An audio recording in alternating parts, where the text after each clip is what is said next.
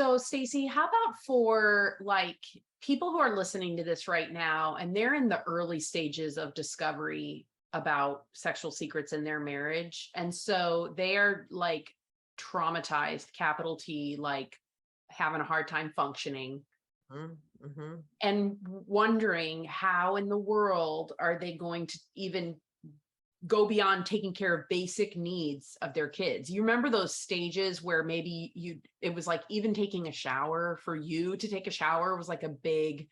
victory because you're just so either stuck in the grief or just in shock and overwhelm and trauma. Um, Mm-hmm. and I know how worried I felt about my kid, about Mm-hmm. my child, Mm-hmm. and when I was in that state and that I was gonna like ruin him. Yeah. So what would you say to a parent that's in that phase of recovery? Well, I think that number one, parenting is like a job sometimes, in that it is not a reprieve, but a reprieve from the craziness of betrayal trauma. Mm. It's like it's the reality that will take you out of it for a few minutes. When you've got a crisis with your child or you're doing homework for just a few minutes, you forget about it. And so I would embrace it as much as you can. Of this is the thing, like, who knows what's going to happen in your future, but the one thing that you can control, the one thing you can do is it can motivate you to be the best parent you know how to be, is I'm going to show up for my kids as much as possible. But then I also would normalize the hard feelings that you're having. And that's why it's important that they know something's going on, because they're intuitive. And I'll tell you what, I'd get you a magnet and get a feelings chart with little faces that match and stick it on your refrigerator, so that the whole family starts to heal, and so that the whole family gets a sense of, today I'm angry, and in this house it's okay to be angry, but there's limits to your anger. Today I am shocked, and it's okay to be shocked. Today it's okay to be sad in my family. We want to be a family in recovery that's talking the language and learning the language of recovery. So if you're having a bad day, you can simply talk about, it's okay to have a bad day. Now, if you find yourself depressed on the couch every single day, not able to be a parent, get your rear end to a therapist and a psychiatrist and get on some meds to help you parent, right? Yeah. Do what Ask you for gotta help. ask Ask for for help. help. Do Yeah. what you got to do to get up and make it happen. But if you are neglecting your children, you have to take care of you first. And I think that's the Yeah. biggest thing I want to say to all people that are either single parenting, or realize that they haven't been parenting, or are in their marriage and parenting alone, is take care of yourself. Because now I'm not talking about a narcissistic way, because you mentioned earlier, a lot of times the people that did the betraying are a whole nother category out here, is that I realized I've been an absent parent. And part of that is because they're so focused on their addiction that they haven't been much of a parent. I'm not talking about self-care that way. I'm talking That's about, not self-care either, is I'm it? not self-care at all. But I'm talking about truly filling yourself up with what you need in order to be a good parent. And sometimes that means taking a break from the kids. Sometimes that means grandma, grandpa got to keep the kids while I go by myself to visit the beach for the weekend, or to, just stay at home and get stuff done when they're not here. So many people are in just go mode all the time. They don't even think outside the box of, why can't I? Why couldn't I take a trip overnight somewhere? Yeah. Why couldn't I go take a walk by myself, or whatever it is? You got to know the thing that refills you and recharges you. And like you mentioned before, the danger is it being another person, another unhealthy person. So finding things that do help you feel like that are life-giving and can fill you back up again is so very important. Whether it's It just is. grooming, taking care of yourself, getting up and making yourself get in the shower, getting a haircut, brushing your teeth, putting up and showing up, right? Yes, absolutely. And I like to use the analogy of the oxygen mask when your plane is if your plane is going to go down, they tell you put your own oxygen mask on first so that you can assist those next to you.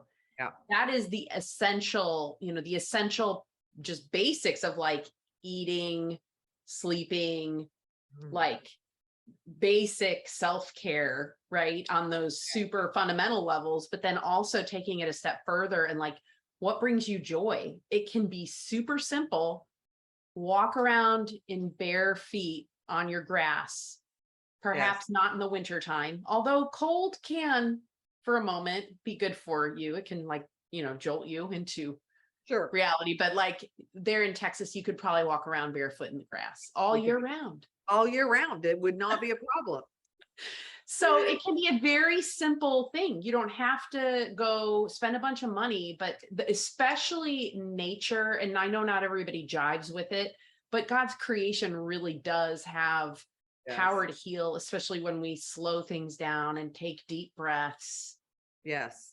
And sometimes for me, Stacey, like I know a big thing that I had to hold on to in my single parenting was to do one moment at a time. I wanted to know the future. And I was deeply grieving. I had one baby, and I found out about my betrayal when I was 16 weeks pregnant with him. So I felt like I lost my whole pregnancy, the whole birth experience and newborn. I mean, like it was all laced with repeat discoveries, disclosures, and then divorce when he was 10 months old. So I felt like I had been robbed, and like I was like just so deeply grieved at the thought that I would never maybe have a baby and go through that experience with an intact, loving partnership. Well, grief lies. Yeah. Grief lies. And one of the chapters in my book, it said I lost the beach in the divorce. And I'm walking down the beach with my two friends saying, it'll never be the same. And here I was not walking on the beach with my friends. I didn't lose the beach, but I felt like it was gone because my memories were so tied to that fishing with my husband and all the memories we had crabbing with our kids and doing all these things, and I just crying salty tears, saying like the salt water will never be the same to me because it was too laced with painful memories. Right. But grief lies. Grief lies, because as I'm sitting here now and was sitting here as I was writing the book, I'm on the deck of my beach house that I bought myself, life dream stuff. Yeah. And we're so short-sighted in those moments. We don't see that. Look at you now. I know. Like, yeah, lo and behold, I did have another baby. I did get remarried and have another baby. And here's the thing is I had idealized what that would be like too. And, I had a fantasy of like, oh, if I get remarried and then I won't be a single mom. And like, OMG, like getting remarried, blending a family, ain't for sissies. It's been hard.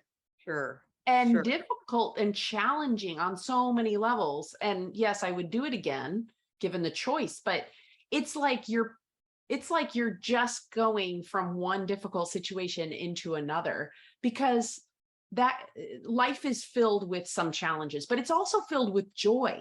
And that's the thing is a lot of times if we get too deep into our grief, my therapist taught me to balance, like do my grief work and definitely work on my grieving, but also gratitude, like hold the balance of like focus, what you focus on, you get more of.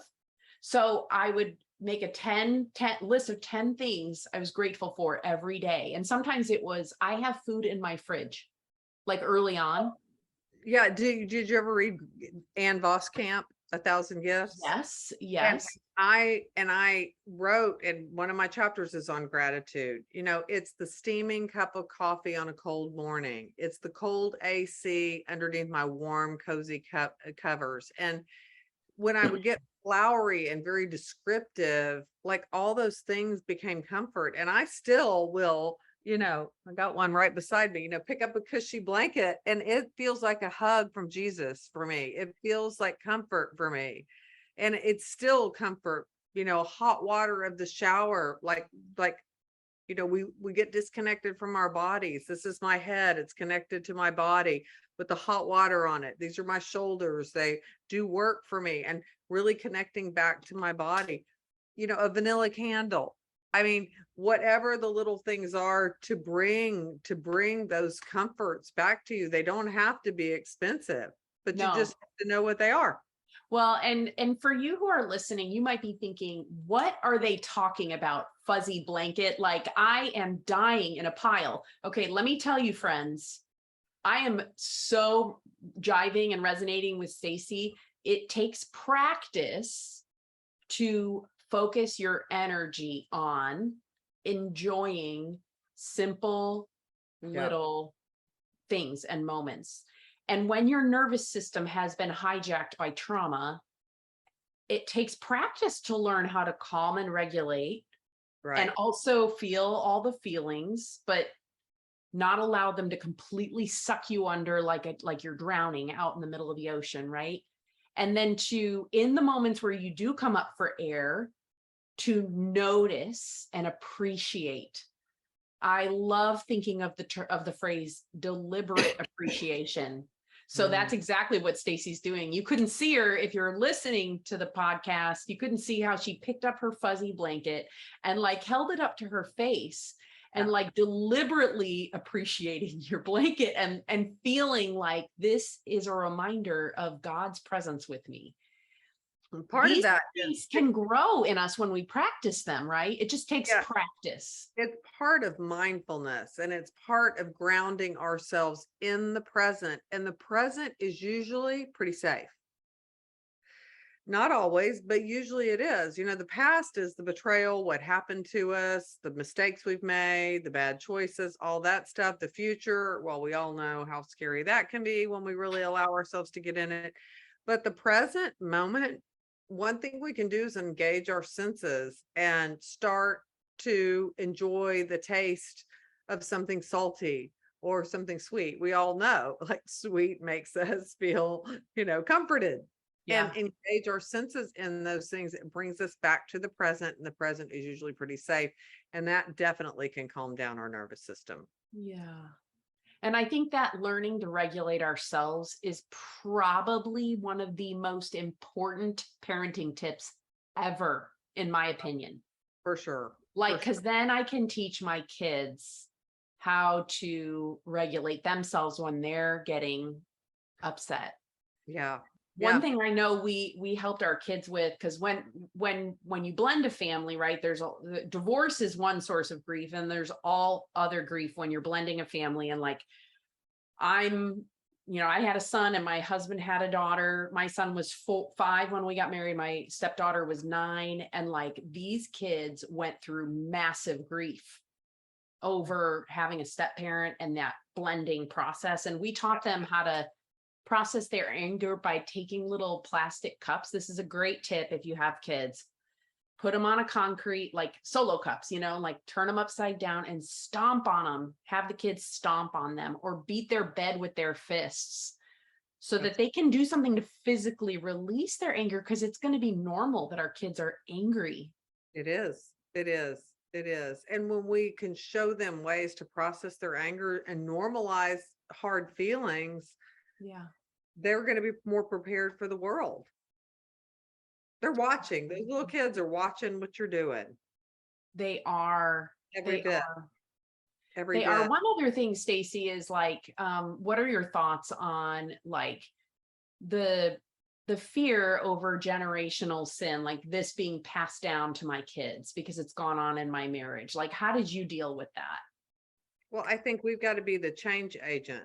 We've got to be the whatever we are in control of, which is just us and what we do, but we can be the change agent. There's addiction runs deep in both sides of my kids' family. Yeah. I can be the change agent that says, okay, when I do something different, the system has to do something different. So they have choices. They can go this path or they can go this path. So I am speaking out and saying what I see as happening so that they can see that they have choices for themselves. Yeah. So, I mean, I think that that's one of the most important things. Of course, swept up into a generational curse. I can see that there's a lot of fear associated with that. But don't let that be the thing that stops you. Yeah. There's so many things that stop us from getting out of unhealthy situations. Fear stops us all the time. And one of the biggest things that I see is financial fears. Yeah. Fears of, I can't do this alone. A lot of us, I was a stay-at-home mom until I decided to go back to school. When I started seeing the writing on the wall, I started going back to school, not to develop a master plan to leave him, but just to say, I got to get in a place where Stacey feels okay about herself, Yeah. feels like I could contribute to the world, because I didn't like to be in a place of fear. And so I want to just say to you that I have seen God provide for single women, and I'm sure men too, but I just deal mostly with women.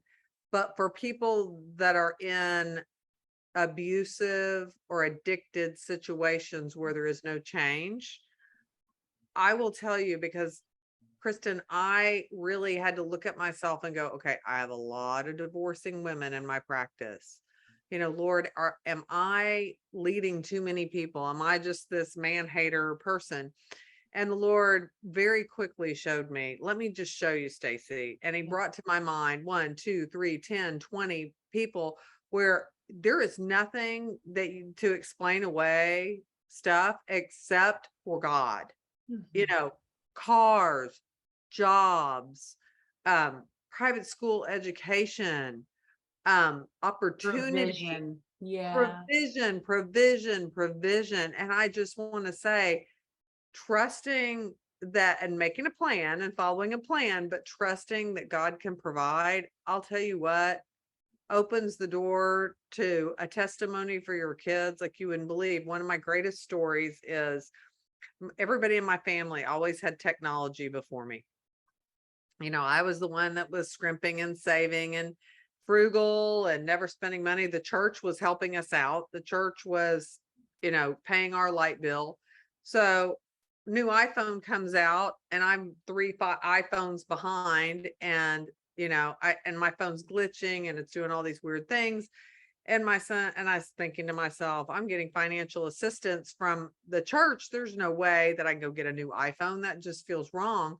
And so my son goes, Mom, you know that you can sell your phone on Craigslist and buy the new iPhone, and there's only like a $32 difference. And I'm like, yeah, but I still feel bad.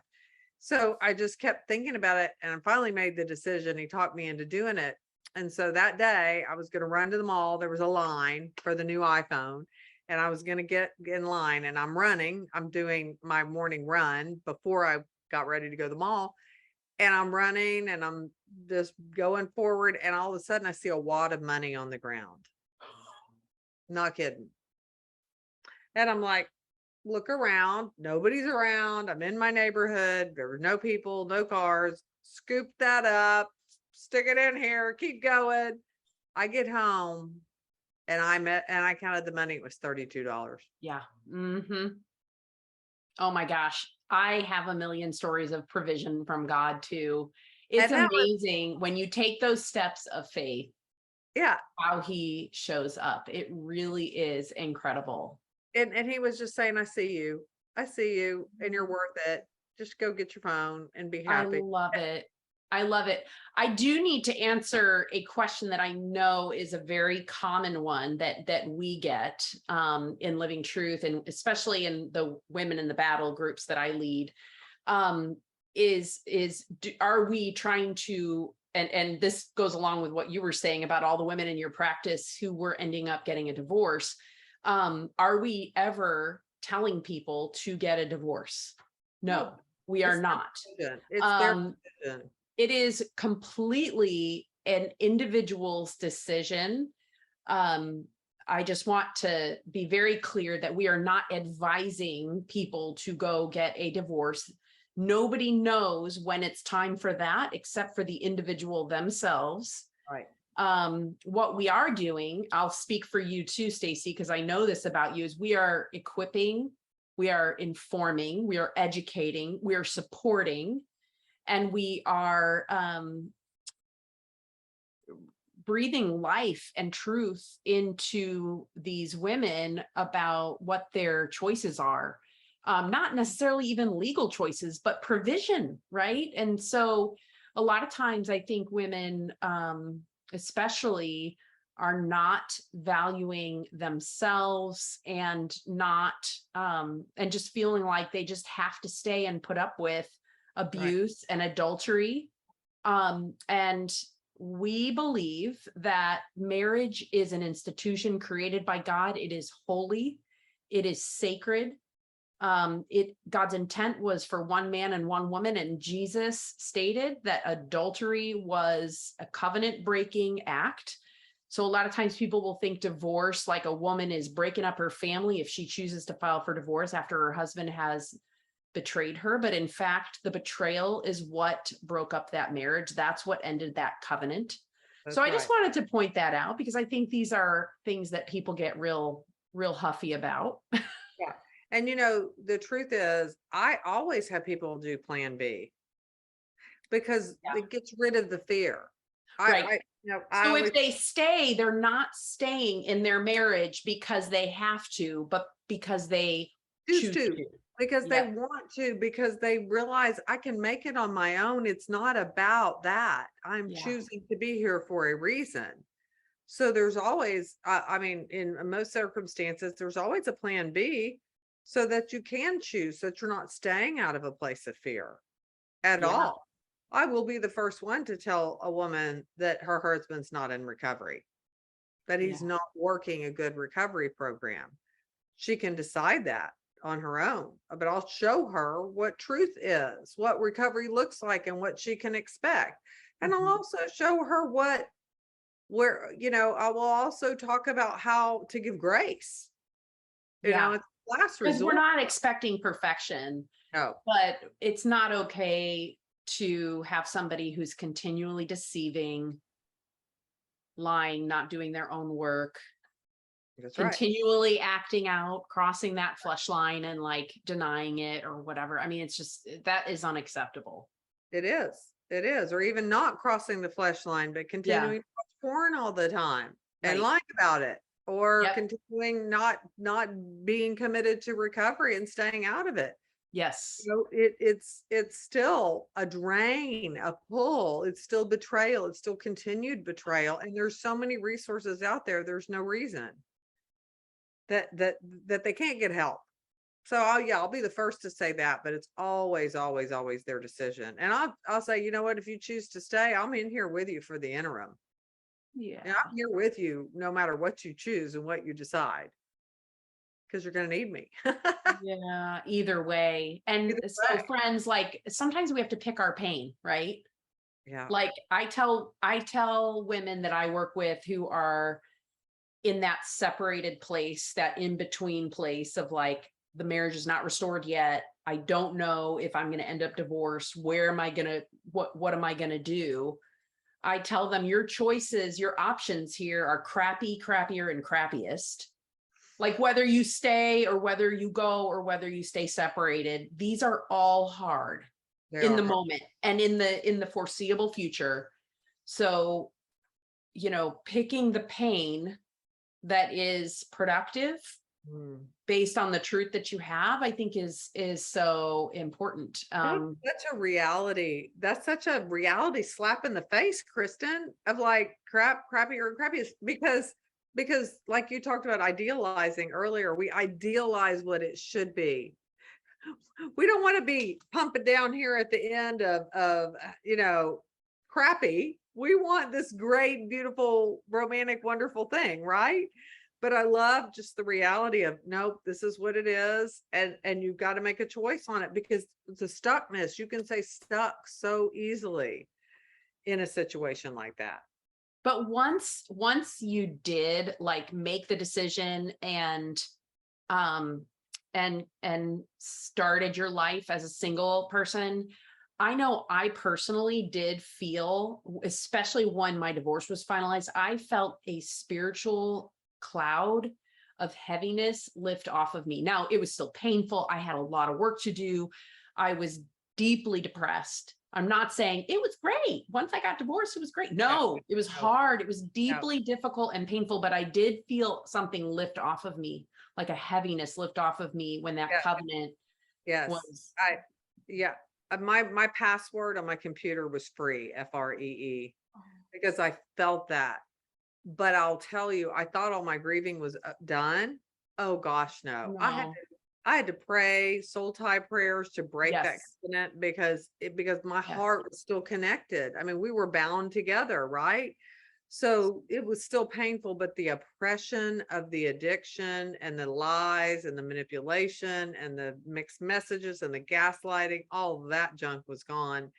And that allowed me to breathe again. I tell people, if you live near a toxic waste dump, I can teach you all the skills in the world. But if you're in that toxic waste dump, you are still going to be affected by it. So until you take steps to be away from it, boundaries to be away from it, we can only do so much good until you're not being affected by it anymore. Unless you're still parenting with that person. Oh, well, now that's a good thing to bring up right at the end here. I know, right? I have a matrix in my book, co-parenting matrix. Can you reason with this person? Can you have a logical conversation? If the answer is yes, co-parent. But I couldn't, there wasn't any logic. There was an ulterior motive. There was manipulation. There was confusion around it always. So I had to do the best I could do. I couldn't do what I couldn't do. Right. And those were the hardest times where I couldn't co-parent. I couldn't rely that he was going to be on time or he's going to do what he said he'd do. So I always had a plan B.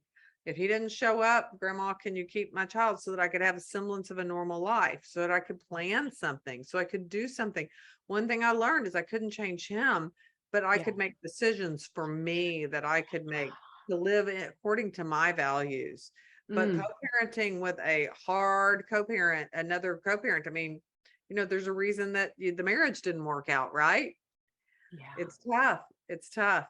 Yeah. I will always say, try to do it. But if you can't, understand that there are limitations to it. Yeah. It's heartbreaking, especially if you have young kids and you're worried about them being affected by it and affected by what they hear and being invalidated. They come home to you. Yeah. And you can validate how they're feeling. Without talking about the spouse, without demeaning the spouse, you can certainly validate what they're feeling. Well, Daddy won't let me hang out with so-and-so. Oh, tell me about that. What's that like for you? How does that feel for you? Well, what do you think you could do? Is there anything you could do? And then you can empower them to have a voice with their other parent. Be their safety when they come back. And give God the rest of the junk. Only he can do miracles on the other side, but you can create resilient, empowered kids to speak up to dysfunctional situations. They see it. Trust me. It might take them a while, but they'll see it eventually. Absolutely.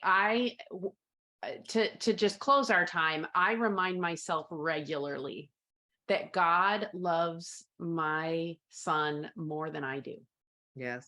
And when I worry about my daughters too, I mean, because we all worry about our kids as parents sometimes, right? When I get preoccupied or worried, I always am reminded, like, God loves them more. He loves them more. He's with them always. And then I turn them over to his care. That's something we have to do on the regular as parents, is it not? Let them go, let them go, let them go, let them go, over and over and over again. They're resilient. They really, really are. Yeah. But there's ways that we can do it. best.